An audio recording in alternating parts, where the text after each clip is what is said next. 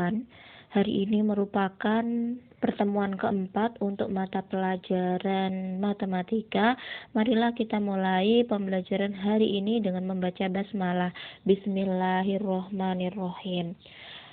Oke, silakan anak-anak bisa menyiapkan alat tulis dan lain sebagainya yang perlu disiapkan untuk pembelajaran hari ini. Sebelum kalian ke bahan ajar, silakan kalian mengisi absensi terlebih dahulu yang ada di titik 1.1. Jadi yang saya jelaskan ini adalah terkait dengan PPT-nya. Jadi kalian sebelumnya bisa membuka PPT terlebih dahulu, memahami isi PPT hari ini itu apa saja, seperti itu. Oke, yaitu untuk hari ini adalah kita sudah masuk ke bab baru, yaitu bab 2, yaitu tentang koordinat kartesius nih. Jadi apa saja yang kita pelajari hari ini, yaitu tentang posisi titik pada bidang koordinat kartesius, kemudian posisi titik terhadap titik acuan, kemudian posisi garis terhadap garis sumbu. Oke, nanti saya jelaskan. Jadi pertama, posisi titik pada bidang koordinat. Apa sih bidang koordinat itu? Nanti mungkin membaca posisi tempat menggunakan bidang koordinat, kemudian membaca dan menulis posisi titik pada bidang koordinat, kemudian jarak tempat terhadap garis sumbu. Nah, itu yang kita pelajari hari ini ya, seperti itu. Oke. Jadi pertama, membaca posisi tempat menggunakan bidang koordinat. Sebelumnya saya akan mengenalkan dulu tentang bidang koordinat itu seperti apa dulu. Nah, ini langsung ke halaman ini. Ini tidak ada di dalam PPT. Silakan kalian bisa menambahkan gambar di buku catatan matematika kalian ya.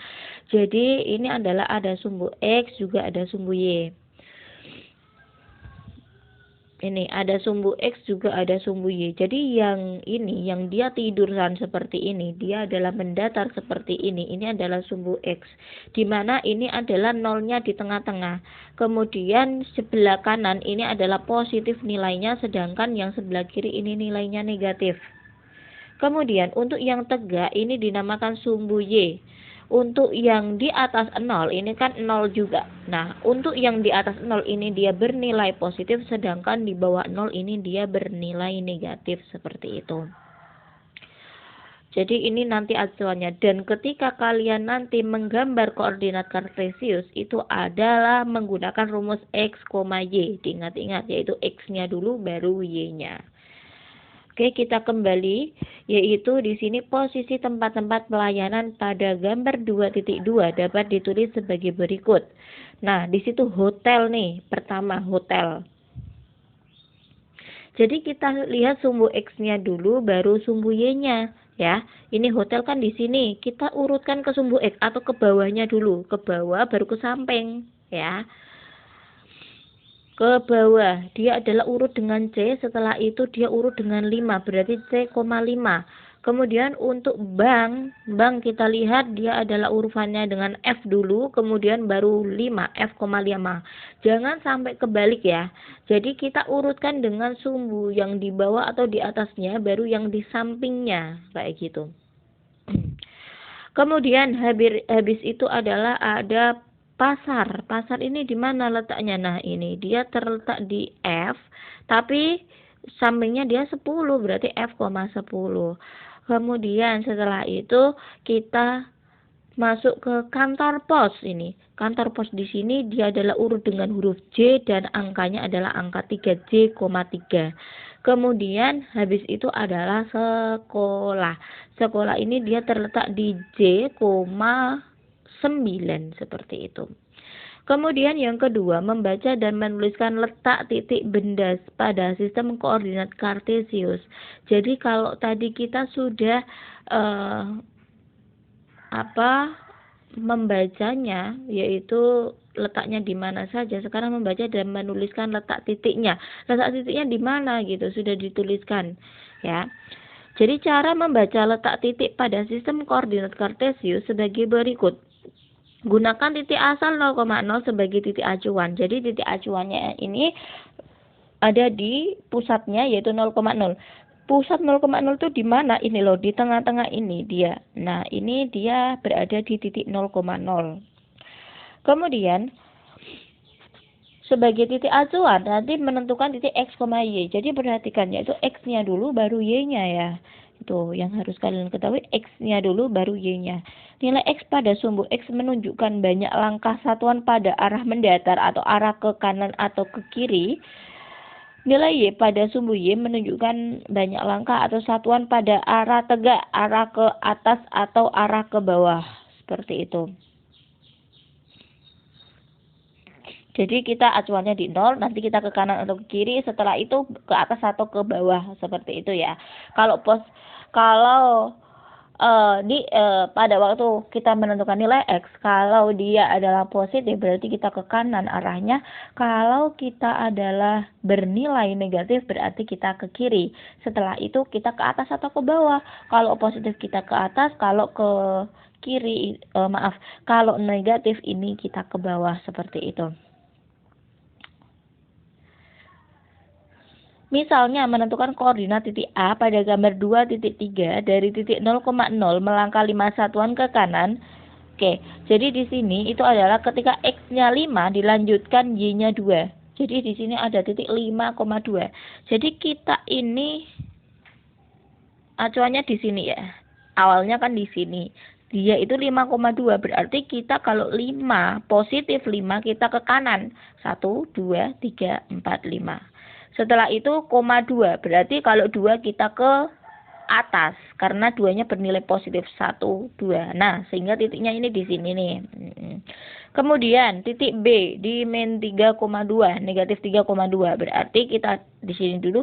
Negatif 3. Berarti ke kiri. Jangan ke kanan ya. Karena nilainya negatif 1, 2, 3. Kemudian, 2. Berarti plus 2 ke atas. Gitu. Kemudian untuk yang C ini, dari sini juga negatif 5, negatif 3. Jadi sama-sama negatif berarti ke kiri, habis ke kiri nanti ke bawah. 1, 2, 3, 4, 5. Setelah itu ke bawahnya 3, 1, 2, 3. Seperti itu. Dan sebagainya. Oke. Jadi nanti kalau masih bingung bisalah kalian bertanya melalui Japri WA saya ya. Oke. Itu. Kalau tadi adalah kita membaca, kemudian berikutnya adalah kita menuliskan, mencari letaknya di mana, seperti itu. Oke, berikutnya jarak tempat terhadap garis sumbu. Nah, ini ditanya jaraknya ya. Berikut ini beberapa informasi yang dapat diperoleh dari gambar di atas. SMP Negeri 1 berjarak 3 satuan terhadap jalan X dan berjarak 5 satuan terhadap sumbu Y. Jadi kita bisa menentukan jarak X-nya berapa. Nah, ini perhatikan. Baik dia meskipun dia negatif jaraknya, jangan ditulis negatif. Kalau jarak ini nilainya adalah selalu positif. Ini perlu diperhatikan ya. Nah, misalnya ini SMP Negeri 1 ini di sini. Ini kan sumbu X-nya. Dia jaraknya berapa nih? 1, 2, 3. Sumbu X-nya di sini, SMP negerinya di sini. Berarti jaraknya 3 dari sumbu X. Kemudian kalau dengan sumbu Y kan ini. Dia jaraknya berapa? 1, 2, 3, 4, 5. Kayak gitu. Terus apalagi ini? Ada kantor Pemda. Ini. Jarak dari X-nya, kantor Pemdanya di sini, jarak ini kan sumbu X-nya di sini. Berarti kita ngitungnya ke sana. 1, 2, 3, 4, 5. Jadi dia punya jarak 5. Kemudian kantor Pemda dengan sumbu Y kan ini. Berarti ini ke sini itu jaraknya berapa? 2. Ini ada 2 kotak. Seperti itu. Terus kemudian habis itu nanti, nah ini kita langsung ke contoh soalnya aja ya. Biar nanti kita nggak bingung nih. Jadi yang pertama, gambarkan titik K. Dia di 2,1. Oke. Jadi langsung kita gambarkan di sini, yaitu di 2,1.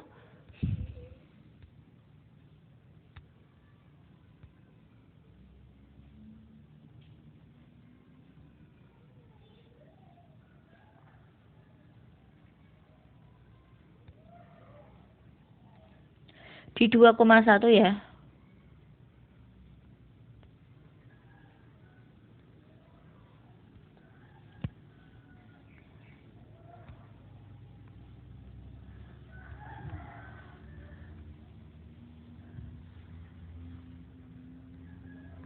Oke, 2-nya di sini, Iya kan? 2,1 berarti kan kita dari sini.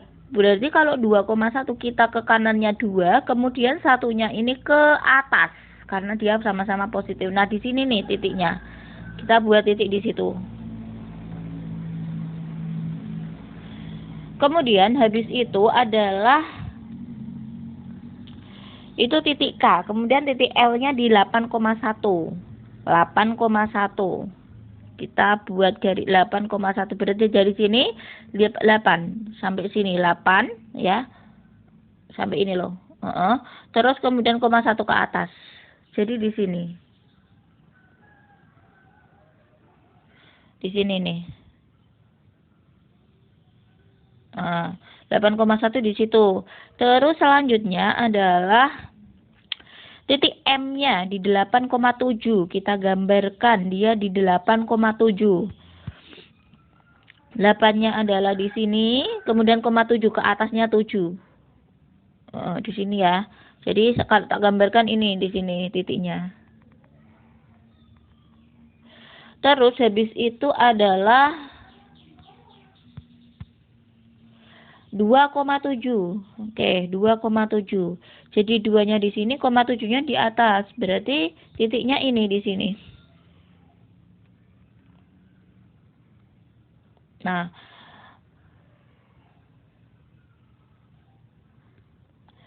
kemudian pertanyaannya apa? Pada bidang koordinat hubunglah dengan garis lurus antara titik K dan titik L dan titik M, M dengan N, serta titik N dan titik D. Bangun datar apa yang terbentuk? Nah, ini kita hubungkan nih. Jadi ini kita hubungkan, kita menggunakan garis hitam aja ya. Jadi ini kita hubungkan tuh.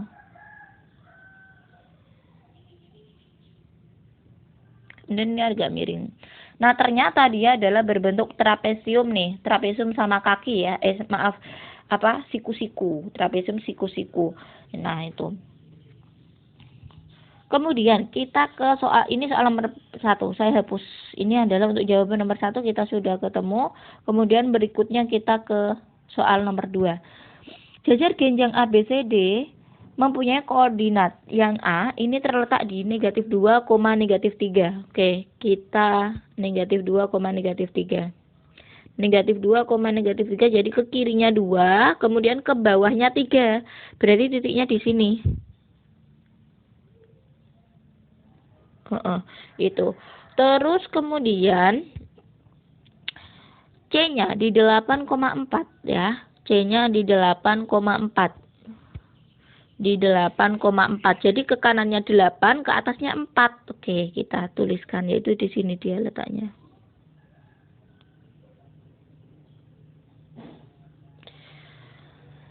Terus setelah itu D-nya di 0,4 ya. D-nya di 0,4. 0 tetap di kemudian ke atasnya 4. Berarti di sini.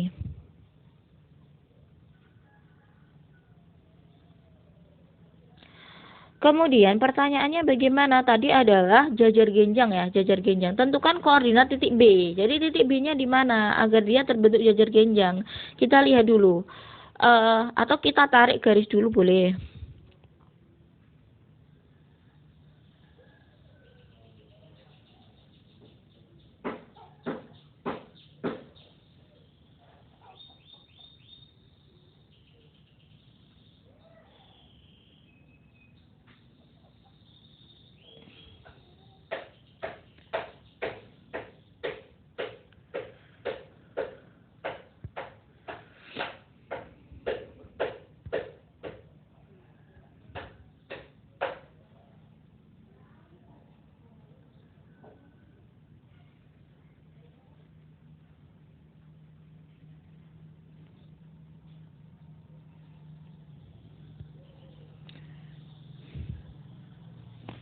Nah, ini titik yang satu kira-kira di mana? Ini kita lihat garis yang ini. Dia miringnya ini jaraknya berapa? Jadi kita lihat ini ya. Ini kan ada titik di sini sama titik ini. Ini kan jaraknya 2 dia kan? Nah, itu. Berarti ini titik ini kita harus geser 2 dan dia harus sejajar dengan ini. Berarti kan di sini nih. Nah, di 6, negatif 3. Jadi dia titik ini kita gambarkan dulu di 6, negatif 3. 6, negatif 3, sehingga kalau kita tarik garis nantinya itu adalah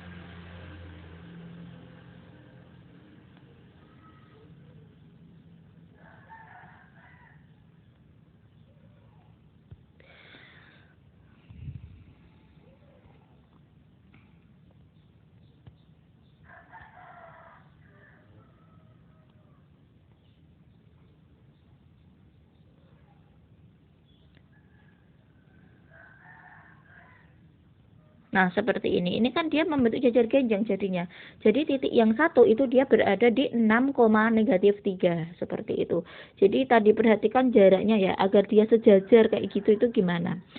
Kemudian habis itu soal ketiga, belah ketupat PQRS mempunyai koordinat negatif 1,3, 3, negatif 2, 7,1, S 3,4. Ini ditanya jajar berapa panjang diagonalnya, kemudian tentukan luas bidang belah ketupat tersebut. Oke, jadi kita bisa gambarkan ya. Yang pertama yaitu titik P, dia berada di negatif 1,1. Kita hapus aja yang tadi, jawaban yang tadi. Pertama dia di negatif 1,1. Jadi ke kirinya 1, ke atas 1, berarti di sini titiknya. Kemudian habis itu 3, negatif 2. 3, negatif 2. 3-nya ke kanan, kemudian negatif 2-nya ke bawah. Berarti titiknya di sini.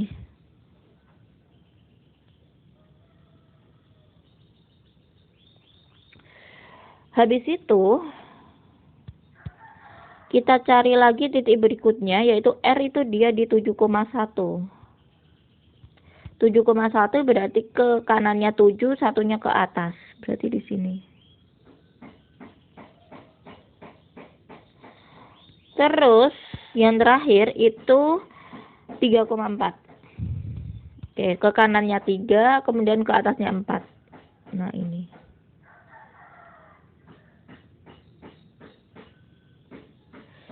Jadi ini kalau kita buat garisnya,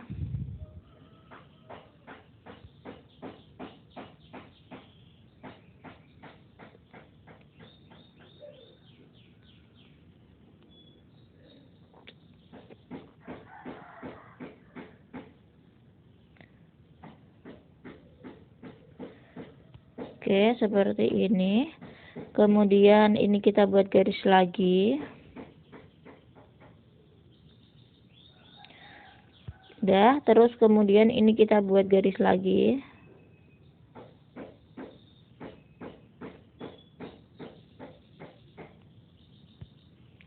Kemudian kita juga buat garis lagi.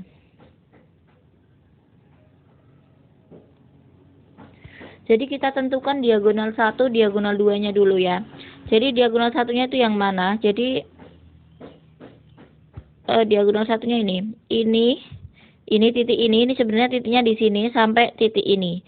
Dia jarak berapa? 1, 2, 3, 4, 5, 6. Berarti diagonal satunya itu dia 6. Ini 6. Kemudian yang ke sana. Ini titiknya itu kan di sini sebenarnya ya. Nah, sama ini. Berarti ini kalau hitung 1, 2, 3, 1, 2, 3, 4, 5, 6, 7, 8. Berarti 6 sama 8 diagonalnya itu. Kemudian kita ke soal berikutnya.